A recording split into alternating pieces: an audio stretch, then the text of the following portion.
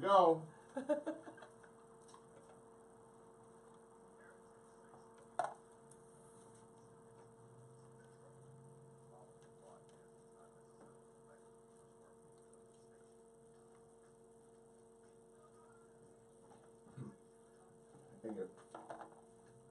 AM 1580 WVKO, your heritage station.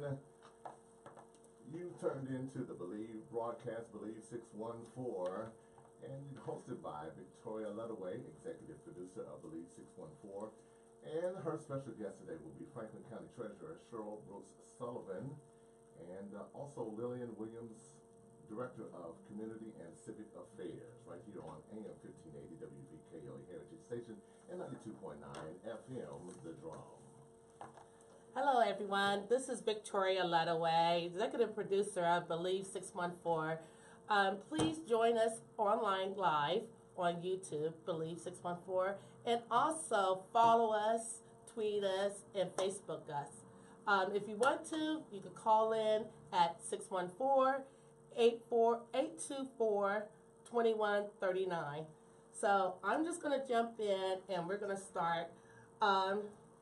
Should I call you Miss Sullivan? Should I be very formal, informal, say Cheryl? Cheryl. I Okay. would like you to call me Awesome. Cheryl, you have a wonderful story, and I would love for our listeners and our followers at home to get to know exactly who you are, and we'll get to talk about your position being the first African American woman to hold a position as Franklin County Treasurer. So that's just an awesome feat and something that everyone can aspire to. So let's start with your childhood. Thank you very much for inviting me to be a part of your show this morning. Good morning to everybody out there listening. So you want to know a little bit about me as a child, or my childhood, Yeah. you said. I was an inquisitive child. I was blessed to live on a couple different continents. My parents met and were married in England, and when my mother was, I think, around 6 months pregnant with me, they moved from England to Columbus, Ohio, to Lockbourne Air Force Base, which eventually became the last home for the Tuskegee Airmen. And my father was sent there to help prepare different positions and housing for Tuskegee Airmen as part of the his military experience. And then we returned to England, and I was there till I was 6 years old. Wow. So you think living abroad and having a world view helped you in your political career? It's the only experience that I've had, and what I have noticed, I have met people along the years who have never left their hometown, and we do seem to have a different perspective, a different sensitivity. Whether or not it's better or worse, I don't think I would judge it on better or worse, but it's definitely a different perspective. I feel blessed that I have been exposed to different cultures, different lifestyles, different countries. I think it is for me, it's definitely been blessed. Yeah. Oh, awesome. So, I want to skip a little ahead of, just before you ran for government. What were you doing in between college and becoming the first treasurer, African American treasurer? I spent some time in the United States Army. I was in Central Intelligence, Army Security Agency. I was a cryptographic special identification technique operator. I love to say that. I love the way it sounds. What exactly is that? That's a mouthful. I was a cryptography, Morse code, a diddy bot. Oh, okay. We did Morse code. We transcribed secret coded messages. I did a brief stint with Local 423 when I first came home from the Army. I was doing asbestos abatement. I was a union member. It's they call it the unskilled labor hall, Local 423. Spent some time in school again, and my mother, who had always been a homemaker, was doing this new and different thing. She was training for nursing when she met my father over in England. So I have one sister. My sister's 12 years younger than I am. I left for the military, I come back, and all of a sudden Mom's being just fabulous, just glamorous, and doing this thing. And she doesn't really like to drive, so she asked if I would go with her. And all we were doing was showing people houses, and then she was going to the bank and cashing checks. That's what it felt like from the outside looking in. Right. So everything I thought I wanted to do in my younger years suddenly turned to, oh, I want to do this. I want to participate in this field. Real estate looks interesting to me. So since 1979, I've been licensed in the field of real estate, doing either appraisals or sales. Right. And I noticed that you were not only just doing real estate in Ohio, you were in several different states. Yes, I've been licensed in Maine and Florida as well. Wow. And I was training in California for a year. I was in Los Angeles for a year training with an appraiser named Lloyd DePass. I met him at a conference for the Realtist, which is the sister organization, a brother organization, called the Realtist. And it came about because once upon a time we were not allowed to join the Realtors. Wow. We had to have our own trade organization. So as being a part of that group, I was able to spend a year in California training under somebody who was a pioneer in the field, because there weren't a lot of blacks in appraising back in '79. There weren't a lot of blacks in real estate, I guess. Wow.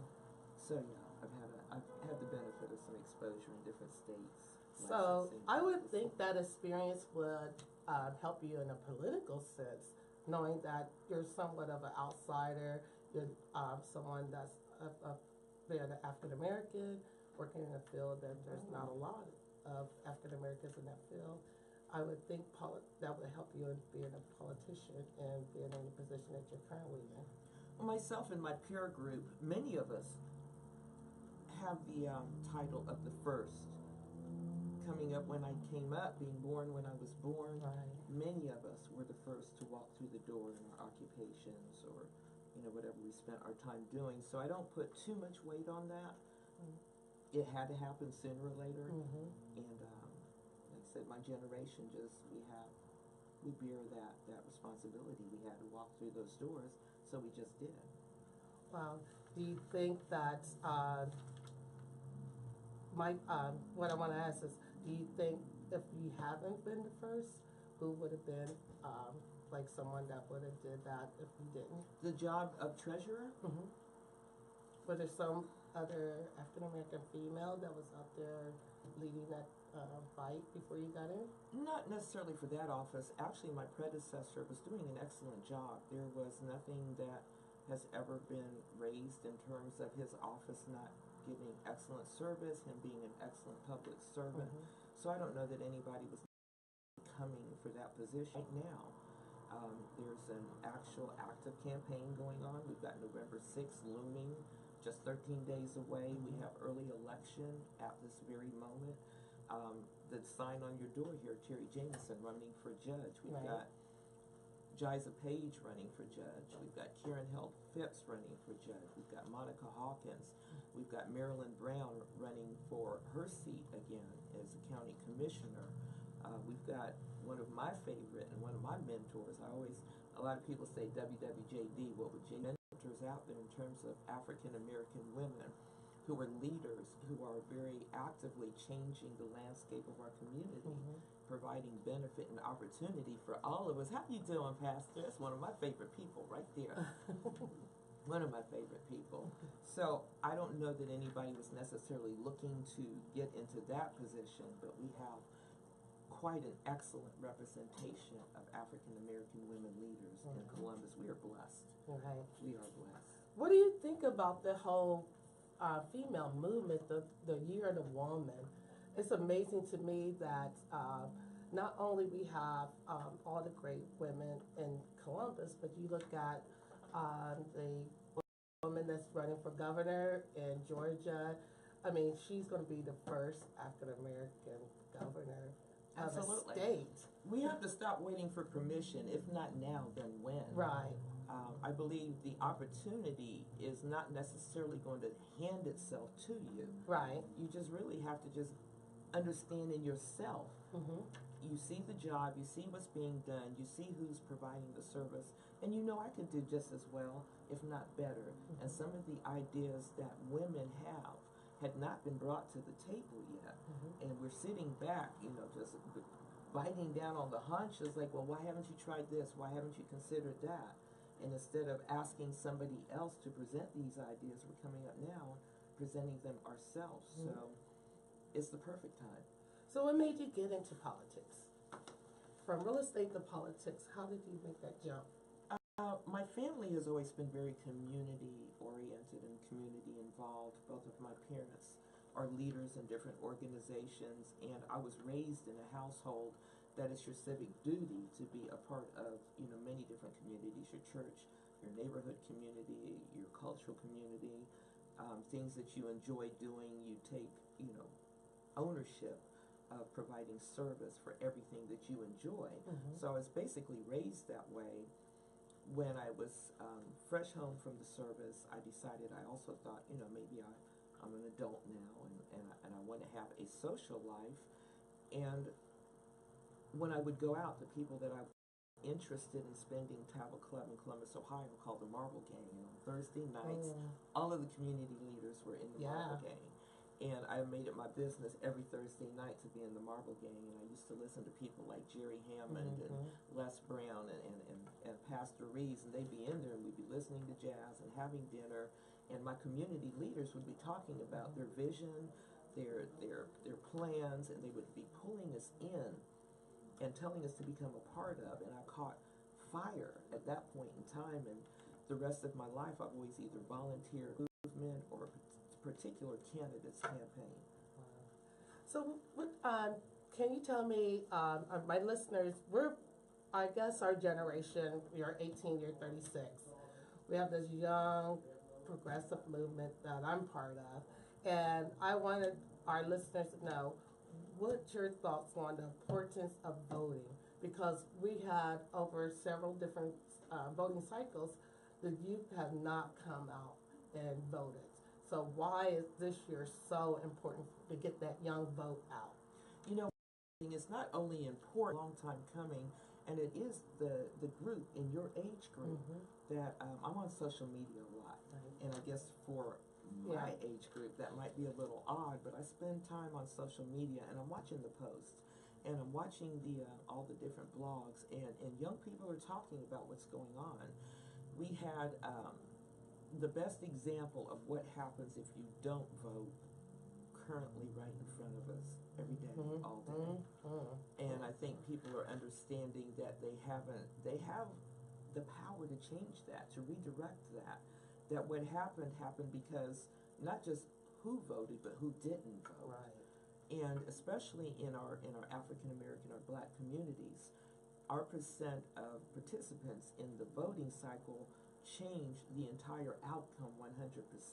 I would not be in office right now had the Black community not got out and voted in that particular election. We cannot just assume somebody else is going to handle business the way we'd like to see it handled, or to provide the opportunities that we want to see provided. And it is definitely something that I'm hearing talked about in all age groups, but specifically I'm seeing it posted in the younger generation. And November 6th, I can't stop telling people, actually right now, as we speak, you could be on your way to the early vote center on Morris Road and cast that ballot. You can still mail in your absentee ballot. You still have time. Volunteer to get people to the polls. Everybody needs to accept the challenge that I keep hearing to get at least 5 people that you can think of that are registered, because now we can only deal with registered voters. We can't register you anymore. But those who are registered, you got to get them there to make sure. There are particular issues that motivate the minority voter. Right now, you hear a lot about health care and Obamacare. But is there another issue that we should really think about when you go to the polls? This is an issue that's going to affect you regardless that we're not talking about it a lot. Well, jobs and opportunity are definitely at the forefront. There isn't necessarily any legislation right now in terms of affordable housing, but we have to continue to provide for those that are not able to provide for themselves. And we have some candidates running that definitely have some plans in terms of making sure that the least of us are able to afford at least the basic necessities, and one of those being affordable housing. And then again, back to the jobs and opportunities, we're talking about being able to allow everybody who comes through high school to come out ready for college and or a trade, an immediate occupation. We're beginning to understand that we have to empower people straight out of school. The years that otherwise they spend finding themselves are a lot of years that they could end up going in the wrong direction or just losing opportunity. You have to be able to provide food, shelter, safety. We're talking about, limiting and minimizing crime. We're looking at issue 1, and issue 1 could provide for some equalization in the way people have been handed sentences for crimes that are now being looked at differently, for participating in activities that the whole nation has all of a sudden begun to have compassion and empathy about. Well, there's a generation that was very harshly sentenced and judged based on the exact same activity and illnesses, and we're looking at the ability to maybe level the playing field and offer opportunity and some justice in terms of how people have been handled who have issues with drugs, alcohol. So there's some very important things going on right now that we need to vote for. We have to vote for. We have to be a part of. How you doing? All right. And this, that's one of our fighters right there. right. That is Well, definitely you one of mind our if fighters right we there. bring no, this? please bring. If he wants to, I would love to. You sure? We correspond briefly in the last month or so about some African American male wellness issues and how important that is to our community. Without our strong households and our men at the headship of these households, or just the headship of parenthood when they have the opportunity to be a part of their children's lives, we have to make sure we keep these men healthy and provide every opportunity to them for the benefit of obtaining this health care. Wow. So yes. See, you didn't even have to get up here and embarrass yourself No, like I I'm got the embarrassing message. myself. I got the message. No, but we were part of the walk earlier this year in August, so we want to continue to support that from Believe. We're doing everything we can to get the message out because I love everything they're doing. I had 4 brothers, now I'm down to 1. So it's very important for me to support any initiative that helps my brothers in arms right now. That's actually how I ended up with a radio talk show. My father passed away from cancer suddenly. He got sick one day and 8 days later he was dead. And part of the way I helped myself grieve through that process was to take the talk, well, I won't mention the show, but I did a show on the inequalities in the African American community and healthcare. Because it just happened so suddenly, not only near and dear to my heart, it's engraved in my spirit and my soul, that men need every opportunity that they can to take care of themselves. Because the whole family suffers Right. when we lose them. And the one thing I've learned from my brother passed away earlier this year, and it was that medication and affordability of medication. And it breaks my heart that he didn't have the funds to get the medication to be here with us. And we got to get more health that this country is associated with, that any group of people could not have what they need to take care of. Like we said, the bare necessity, your health. There's not much else you can be in this community or contribute if you don't have your health. Right. So it's unexcusable. It is unexcusable. Yeah, I'm very proud of this. Too bad you guys can't see this at home, but this is wonderful. I can do my Facebook Live and put it in my camera. But a couple things I want to talk to you before we're closing out our half-hour show here. What is the future of Democrats? I'm a little concerned because 2020 is not that far away. What are we missing?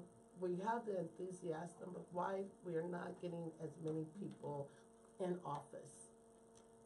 Well, that still boils down to the number of people who come out to vote. I think the last statistic I saw, we came out at a rate of about, I think, 34% of the registered voters. there's somewhat of a disconnect between the GOTV, get out to vote, getting everybody registered, and then getting them to the polls, to actually get them to the polls. I think that there's a bit of a cumbersome process when it comes to going online, getting your absentee ballot, getting registered, making sure you haven't been purged, and that whole purging, that's something that we've got to get Kathleen Clyde in as our state auditor. Right. She's going to put a stop to all of this foolishness with purging voters based on the last time they voted. If the last time you paid your electric bill was March and the electric company purged you all of a sudden, you'd understand Right. how significant and how they should not have the ability to do that. Well, it's the same thing with our votes. Nobody, I'm sorry, Secretary of State, thank you. Nobody should be able to allow somebody else to take your name off of the voting registry without at least talking to you first. Right. Point in time. Somebody needs to contact these people if they're going to allow the purging at all. We have people who are ready to come into office and make sure that we're not removing people from the polls, and those that are being removed are disproportionately people who look like you and me. So even though we are getting people registered, there are other little shenanigans going on that are interfering with our process, and then again, we're not getting them actually to the polls to vote, and we're not getting the absentee ballots in. We just need to put a little energy, not just in the registration, but in completing it, getting it all the way through to the actual vote. We've got excellent candidates. We've got excellent initiatives in our communities. We've got leaders. We've got advocates. We just got to get out there and vote now. Yeah. And another thing, I read an article where there are certain states that are putting up initiatives to, when you go to renew your license or get your license, you will be able to you can register to vote at that point. I think is a great idea. Just like they ask you if you want to be a donor.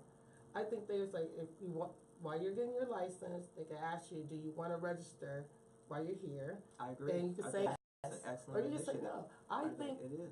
because a lot of times you get busy in life, you forget to go and register. I had to nag my daughter, go and get registered because you've got to vote. And I wish we could have that in Ohio. If you think there's a chance that could happen here if it start moving throughout the country, they put those initiatives up? Well, each state has its own voting rules and regulations, and that would be something that would have to be legislated at state level. So if it's what the people want in this state, and I think the more they're educated on the different options on how to secure voting and how to increase the numbers of people in voting, I think there are some other equally as good ideas going around in the community, but that is definitely one of them that would work well. But then again, just registering people, not getting them actively participating and getting to the polls, that would still be a challenge.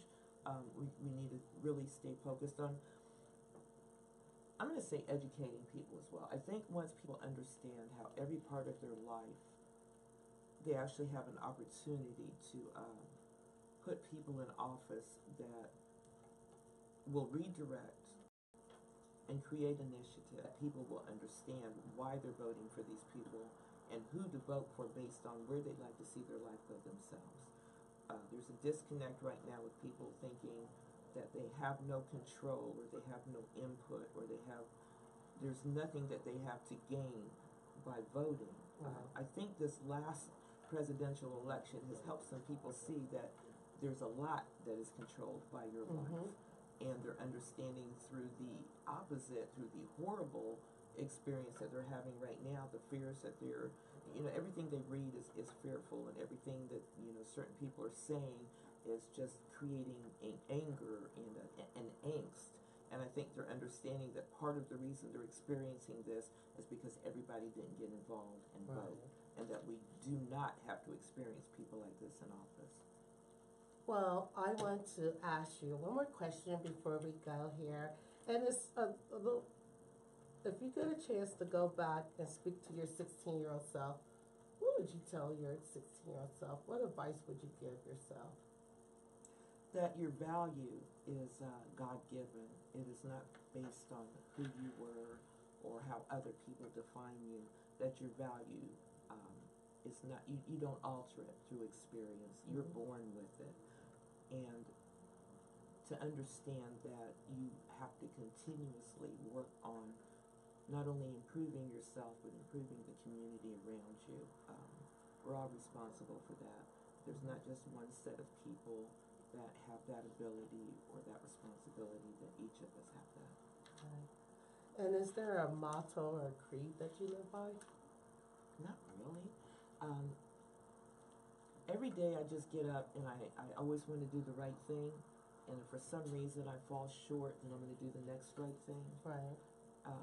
The opportunity to recreate myself on a daily basis and always to do better is just what I strive for. Right. My brother always had one. He said, my mom always told us that she was in the military too. And she said, I'd rather live my life standing up than on my knees. And I always believed in that. Like, well, I may not have the political power or the funding, but like my little baby show here. You do have the political power. I do? It's in that vote. Oh, yes, Please yes, don't forget yes, that. yes. You do have the political power. Right. It's in your vote. Yes, and I vote every year. Yes, ma'am. But I'm so happy to have you here. I'm inspired by you. Well, thank you. I'm sorry I'm not the regular host, everyone, so don't beat me up on social media. But is there, tell everyone where they can follow you, if they have any questions about any treasury questions, social media, where would they get information from? Well, you can go to our social media site on Facebook, the Treasurer's Office. It says Franklin County Treasurer. And if you just put that in, you're going to come straight up on our treasury spot, our Facebook spot. You can leave us a message there, or you can go to our website. You can leave messages there. Lillian, what is? http://treasurer.franklincounty. Unfortunately, I'm sorry, I've got headphones on. I don't know what answer your question. I can't hear the answer. Google, people, Google. Yeah, Google. That's it. Well, I am going to thank everyone for following us, watching us, and thank you. We are actually going to have her back with the real host of the show, Spin with Gwen.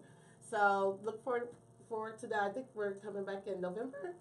December, people. Right. So follow us on Believe 614, YouTube, and Facebook, and get more information of that. Thank you all. Early vote. Early November vote. 6th, please. Thank you, Thank you, everyone.